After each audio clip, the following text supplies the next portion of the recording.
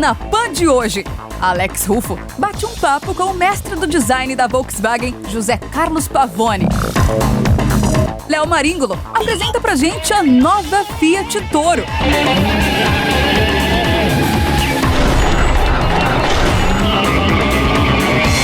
O nosso parceiro João Anacleto do canal A Roda traz seu review preciso e bem humorado do BYD Sea Lion 7.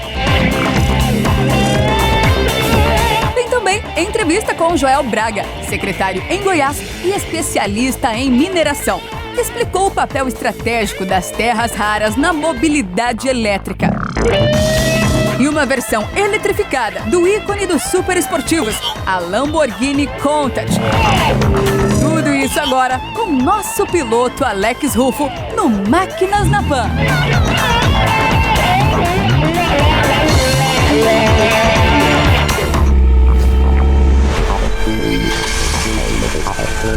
Máquinas na Pan. Para darmos a largada no Máquinas da Pan dessa semana, as super máquinas de Ferruccio Lamborghini.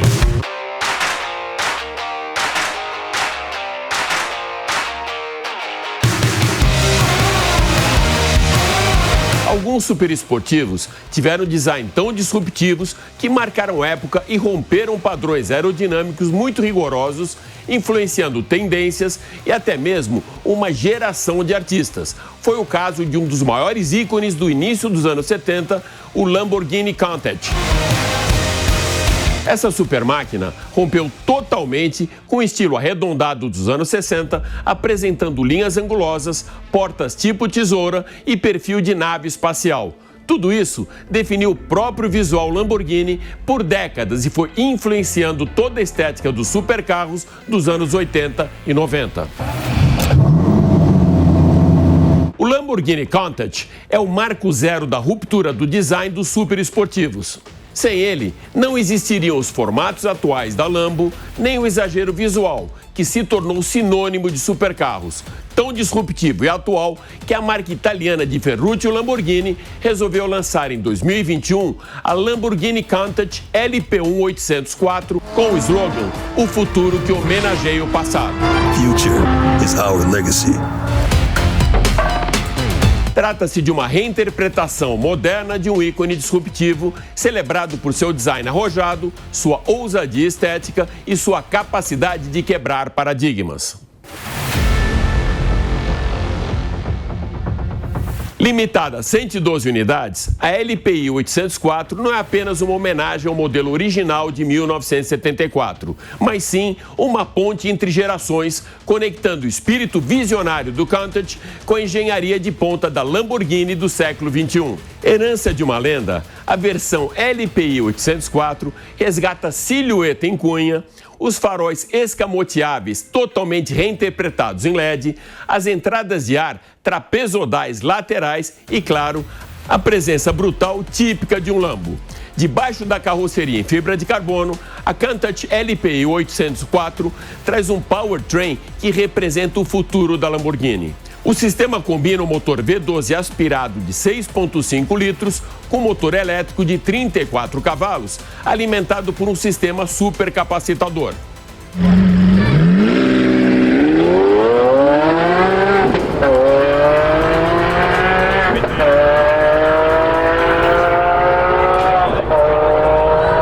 A potência combinada é de 814 cavalos para levar essa máquina de 0 a 100 em apenas 2,8 segundos e atingir a velocidade máxima de 355 km por hora. Da tração integral e da presença do motor elétrico, o carro mantém aquele caráter visceral de um V12, preservando os que os puristas mais amam: som, vibração e brutalidade mecânica. A produção limitada a 112 unidades faz referência ao Projeto 112, nome do desenvolvimento interno do Countach original. Cada exemplar foi rapidamente vendido a colecionadores do mundo inteiro, reforçando o status cult do nome Countach.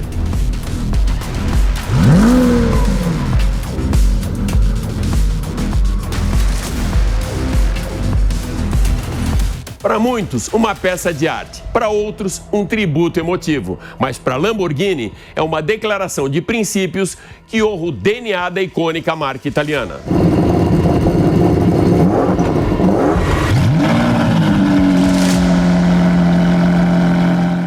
Homens e máquinas, artistas e design disruptivo. Então, depois de você conhecer a arte italiana, você vai conhecer também um mestre brasileiro do design automotivo que nos honrou com uma visita à Jovem Pan para participar do Ligados na Tomada e aqui também com a gente no Máquinas na Pan. José Carlos Pavoni, diretor de design da Volkswagen para a América do Norte e para a América do Sul.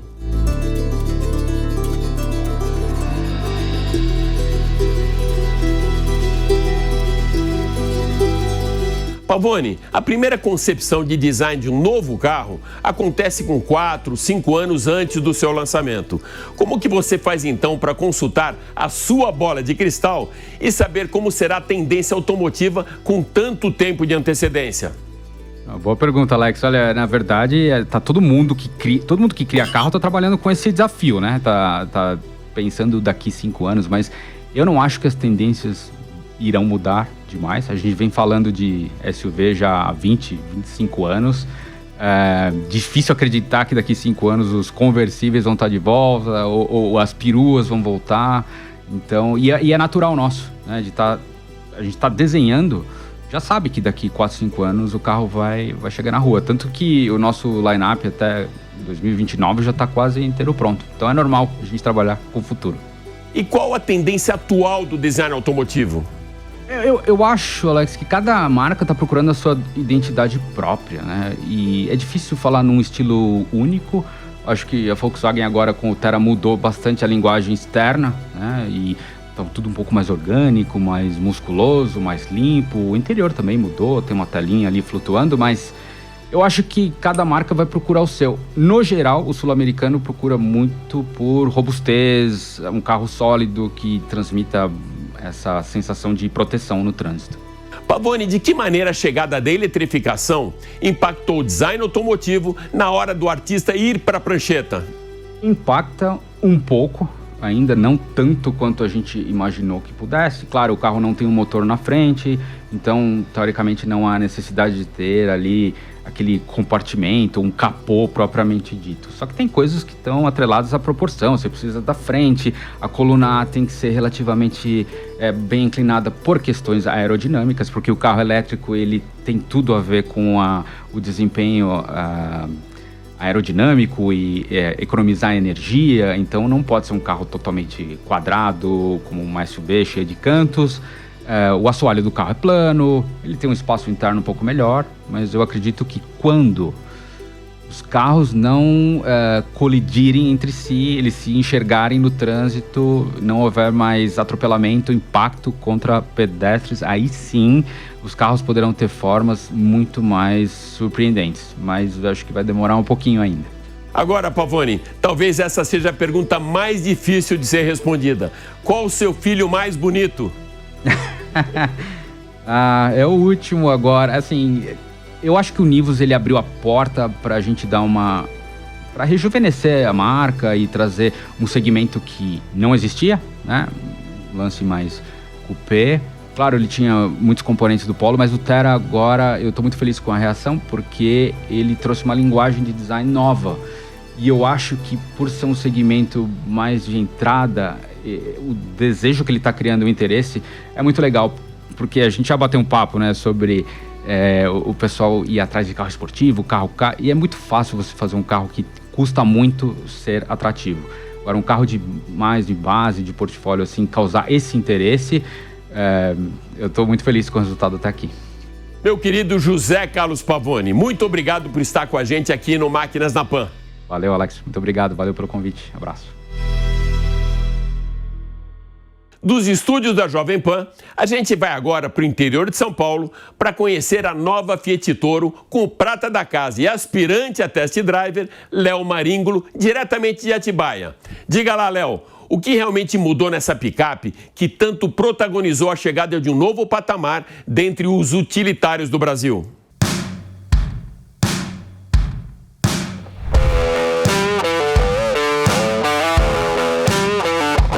Grande Alex, olha eu aqui de novo, dessa vez em Atibaia para mostrar a nova Fiat Toro que tá de cara nova, com aí o novo, né, o facelift.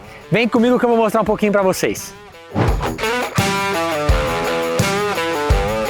E olhando aqui o facelift logo de cara, né, a gente começando aqui pela dianteira como sempre, queria mostrar para vocês que realmente a grande mudança aqui foi na grade. Então a gente tem um ângulo de ataque aqui já remodelado, né, eles deram ênfase nisso daqui. A gente vê que o farol, lanterna, milha, DRL seguem ainda um pouco da anterior, só que com uma sutileza aqui em mudança, principalmente nos LEDs, né? Para-choque também teve a sua mudança, mas a principal aqui realmente foi na grade com o ângulo de ataque. As linhas desse carro estão mais modernas, estão mais sutis, elas estão mais, digamos assim, mais clean, né? E ela segue totalmente um novo design, um novo visual de ponta a ponta que interliga lanterna lá traseira com o farol aqui da frente. Mas como a gente está aqui na lateral, eu queria fazer uma observação para vocês que as rodas agora têm um novo modelo, elas são aro 18 e tem uma coisa muito legal que antes não tinha, que é freio a disco nas 4 rodas. Antes era, né, realmente só na dianteira. Isso é um ponto muito positivo, um ponto muito legal, principalmente aí para a segurança do dia a dia. Na lateral a gente segue aqui com estribo e um Santo Antônio que ficou bem legal aqui, que dá esse ar mais de off-road, né? Então eles colocaram esse Santo Antônio aqui, escrito Toro, ficou bem legal, dá essa cara mais aventureira para o carro. E como eu falei, as linhas que seguem essa simetria aqui até a lanterna, foi realmente essa mudança no design que eles fizeram, com a grande mudança aqui atrás, não só no para-choque como lá na frente, mas principalmente nas lanternas. As lanternas se mantiveram só nas extremidades, que é uma das assinaturas da Toro, né? Quando a gente encontra alguma Toro e olha pela parte de trás, a gente já reconhece, principalmente por conta aqui do logo no meio e as lanternas nas extremidades, mas eles decidiram não adotar aí, como a galera vem adotando, as lanternas interligadas, se mantiveram realmente só nas extremidades, com uma nova, né, um novo contorno aqui, um novo desenho, uma nova assinatura. Mas vamos lá para dentro que eu quero mostrar um pouquinho da cabine para vocês.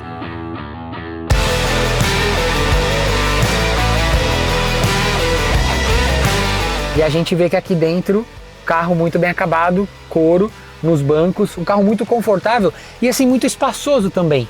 Normalmente as picapes acabam perdendo um pouco de espaço interno por conta da cabine dupla.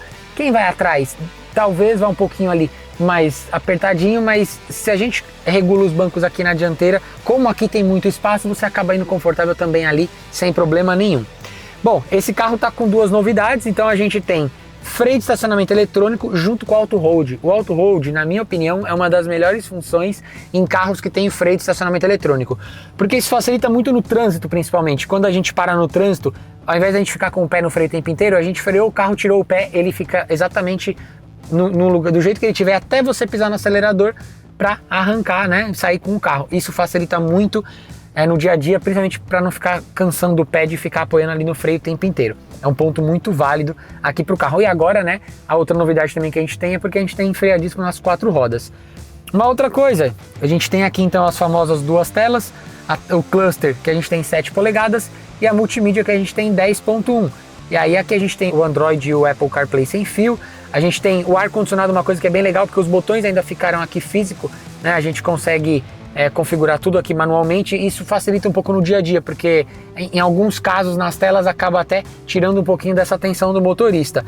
Então aqui a gente também, como a gente está aqui na versão 4x4, a gente tem aqui também nos botões físicos as opções de reduzida, né, e de ativar realmente a tração 4x4 para não andar apenas na 4x2. A gente também tem algumas assistências aqui na Fiat Toro. Então a gente tem 3 assistências, a gente não tem o pacote ADAS completo, mas a gente tem 3 assistências, que são elas aqui: frenagem autônoma, permanência em faixa, né, muito útil no dia a dia, e também a comutação automática dos faróis. Então, se você quer ir de noite, às vezes ficar com o farol alto ligado o tempo inteiro, ele vai automaticamente se ajustar aí, não ofuscando quem vem contra e nem quem está a favor aqui na mesma pista que a gente. Então ela tem um pouco menos de assistência, até porque o público-alvo realmente não necessita que tenha um ADAS completo aqui no carro, então é realmente a proposta do carro junto aí às concorrentes. Mas vamos dar uma voltinha nela que eu quero mostrar para vocês tanto na pista quanto no off-road. Vamos lá que a gente vai falar das opções dos motores e das versões que a gente pode escolher cada coisa aqui para cada versão. Bora lá?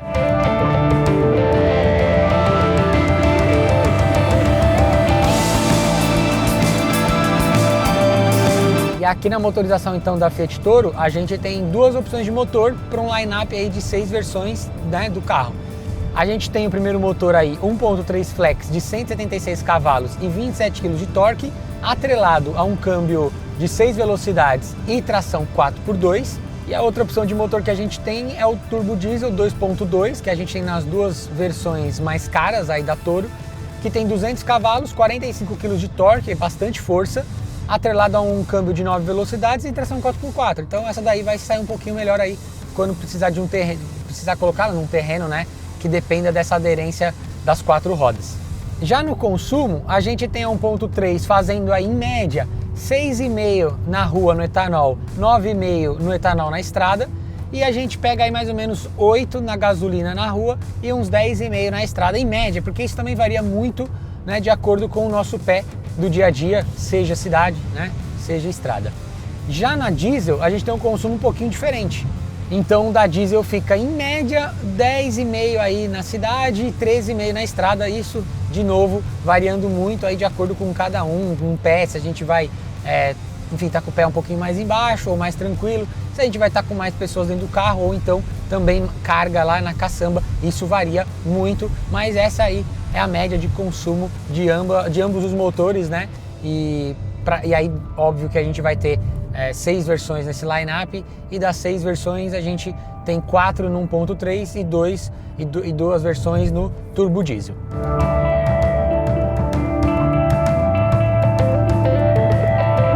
Então, meu amigo, essa então foi a nova Fiat Toro. A gente tem um leque aí de 6 versões, né? Começando na Endurance, que é a mais básica, digamos assim, na faixa ali dos 160 mil reais, chegando até o Range, que é na casa dos 200, mais ou menos na casa dos 229 mil reais. Na verdade, fica ali em 228.490, né? 228,5. Então a gente está próximo ali dos 229 mil reais.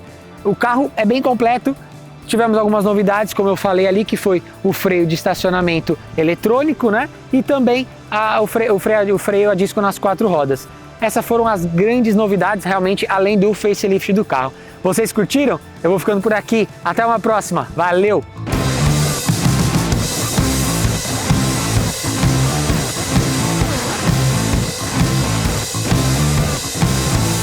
O nosso próximo convidado não é apenas o secretário de Indústria, Comércio e Serviços do Estado de Goiás. As suas credenciais vão muito além. Joel Braga é um especialista em mineração e está aqui na Jovem Pan para falar de terras raras e todos os seus impactos na negociação do tarifaço de Trump e também as aplicações desses preciosos minérios no universo da eletrificação. Vamos lá, secretário. Quais são e o que são essas terras raras? Terras raras são 17 elementos que nós temos e que fazem parte da transição energética, principalmente na eletrificação de carros, ônibus, barcos, trens e também que movem as turbinas eólicas para poder fazer com que a energia faça aí a transição energética. Essas terras raras, o Brasil tem grandes reservas que são as maiores fora da China. E de que maneira as terras raras impactam o desenvolvimento tecnológico da eletrificação automotiva?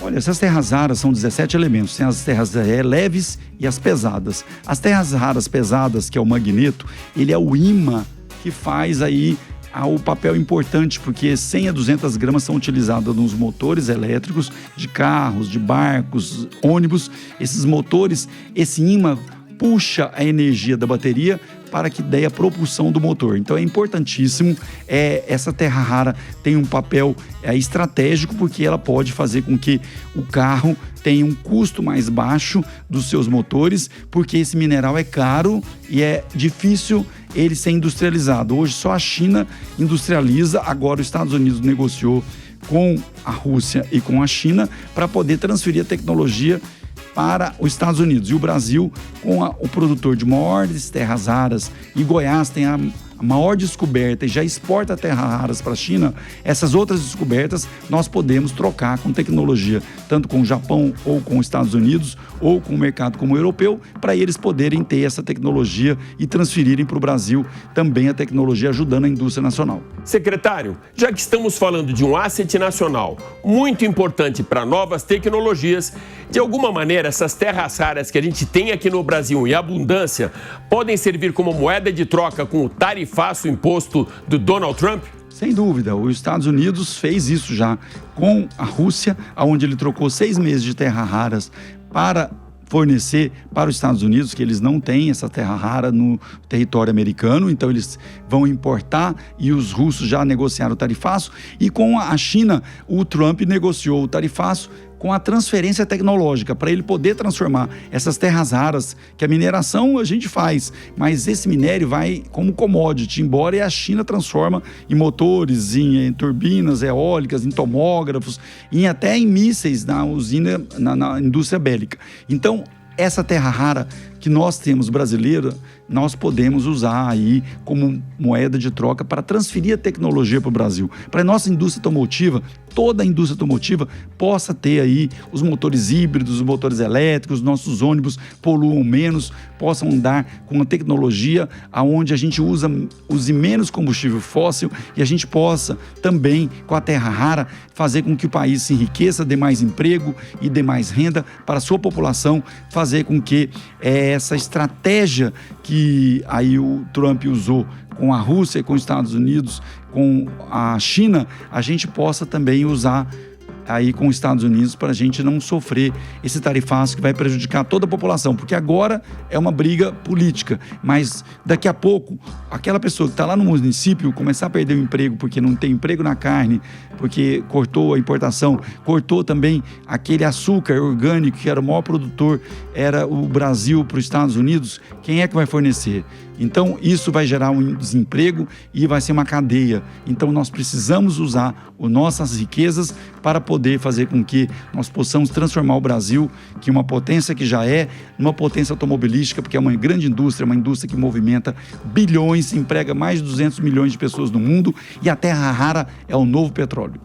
Secretário, muito obrigado por emprestar todo esse seu conhecimento em mineração, terras raras e política internacional para a Jovem Pan. Eu que agradeço o governador Ronaldo Caiado, aí trabalhou esses anos, ele foi o primeiro que liberou a licença para a exploração das terras raras. Os Estados Unidos investiu em Goiás, mas como não conseguia transformar, ele vendeu a produção 20 anos para a China. Então, Goiás já tem a expertise de trabalhar na exploração de terras raras e explicando só rapidamente para a população, as terras raras não causam dano ambiental que os outros tipos de minério quando é extraído, porque ele só tira 0,003% do solo. Então, o resto é devolvido e uma terra mais fértil, porque esses minérios, quando são mexidos, remineraliza o solo e a Embrapa já tem uma pesquisa que pode aumentar de 5% a 15% a produção de soja, de milho. Então, além de nós termos um mineral estratégico que podemos exportar, também trazer as novas indústrias para o Brasil, nós vamos ter um solo mais fértil, porque essas terras raras, elas ajudam a fertilizar o solo brasileiro. Ora, se não é ele, o César dos Césares, o centurião maior do povo de Roma, João Anacleto, do canal A Roda, que vai trazer agora pra gente a sua avaliação, sempre bem-humorada e precisa, do BYD Sea Lion. Uma espécie de SUV coupé do BYD Seal, mas segundo a BYD, ele não vai ser vendido no Brasil. Então por que cargas d'água nos trouxeram aqui no Raceville para conhecer o carro, andar nele, mostrar tudo para você? Pois bem, talvez ele não chegue aqui para nós como um BYD. E essa eu vou te contar no caminho. Também vou te contar como que é essa plataforma, como são os motores, potência, torque, como ele é por dentro e até vou te dizer o preço que ele pode chegar por aqui.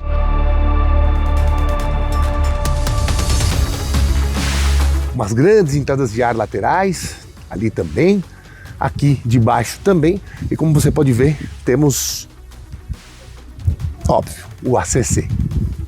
A frente bem fechada aqui, como os elétricos chineses gostam. De certo, ele não será um BYD. Este carro será um Denza. Já tem até uma versão, uma variante desse carro, do Sea Lion 7, como Denza N7.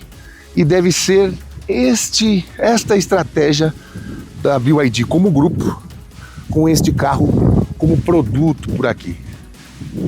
Bom, vou te dar algumas medidas do carro.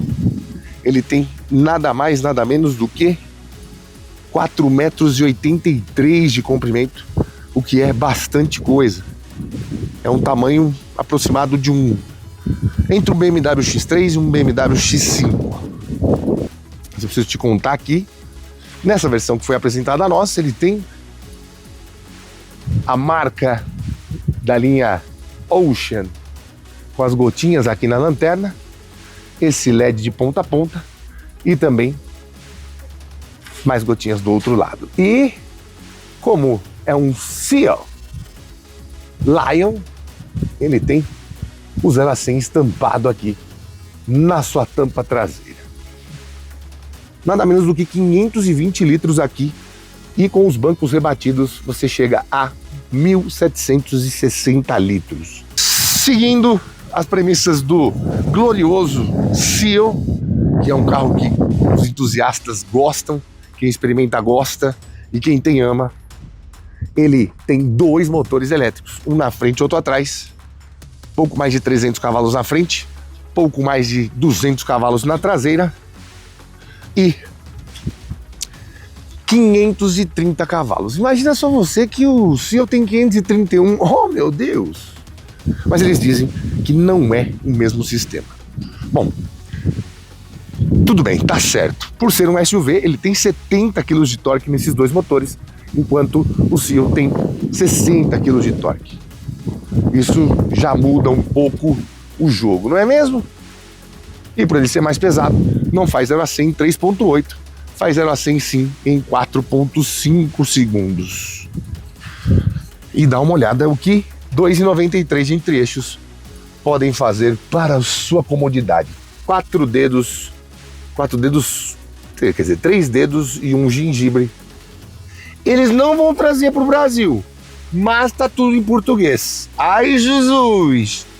Aqui, retrovisor eletrocrômico, uma qualidade bem feitinho isso aqui. Mas aí eu te pergunto, afirmaram categoricamente que não vem. Só não... O carro veio só para homologação. Aí você chega aqui, tem 3 carros. O que você imagina disso? Eu imagino que não tem muito como escapar. Muito por quê? Fendt-en-Bau, um Bau Leopard 5, vai ser Denza. Acredito que se esse carro fosse vendido a 350 mil, seria o primeiro SUV elétrico, 100% elétrico, nessa faixa de preço, que as pessoas dariam alguma pelota. Geralmente os carros elétricos caros não vendem muito. E é bem difícil você colocar numa mesma linha um carro elétrico de 350 mil, sendo que você tem um outro carro elétrico de 120 mil, como é o caso do Dolphin Mini. Por isso, eu acredito, por ele estar registrado no INPI, Instituto Nacional de Marcas e Patentes, e ter sido apresentado para nós aqui, que ele deva ser o Denza D7. Desculpa, eu não consigo me controlar. Ó que pancada! Cara, essa retomada de 80 a 160, nossa, é um absurdo, meu Deus, que delícia. Vamos ver o equilíbrio aqui agora, carro pesado, mas que direção boa, hein? Olha como o carro aponta bonito, é a tração das 4 também, que em modo elétrico funciona muito bem. Força no freio, ó, não precisa muita força no freio não, apesar desse peso de rinoceronte. Vamos passar aqui em cima da zebra, ver como é que a direção vai se comportar. Caraca, cara, o que faz de curva isso aqui, cara?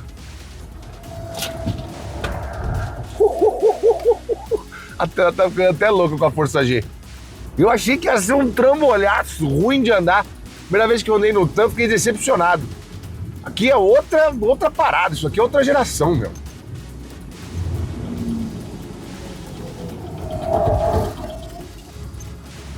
E olha que engole o asfalto, 160 por hora rápido.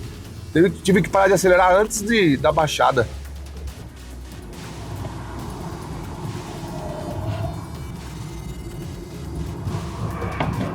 Vamos ver se o nosso amigo do Seal híbrido já botou pra direita ali, deixou passar.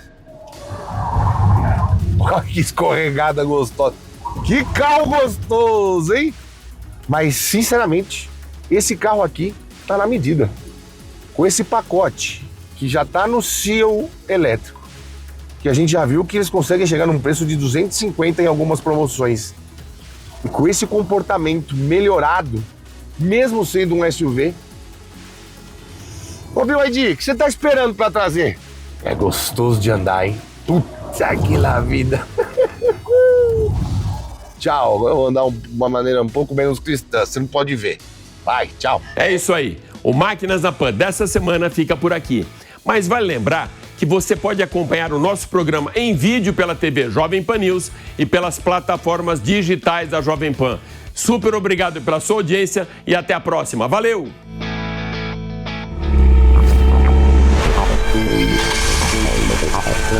Máquinas na Pan. A opinião dos nossos comentaristas não reflete necessariamente a opinião do Grupo Jovem Pan de Comunicação.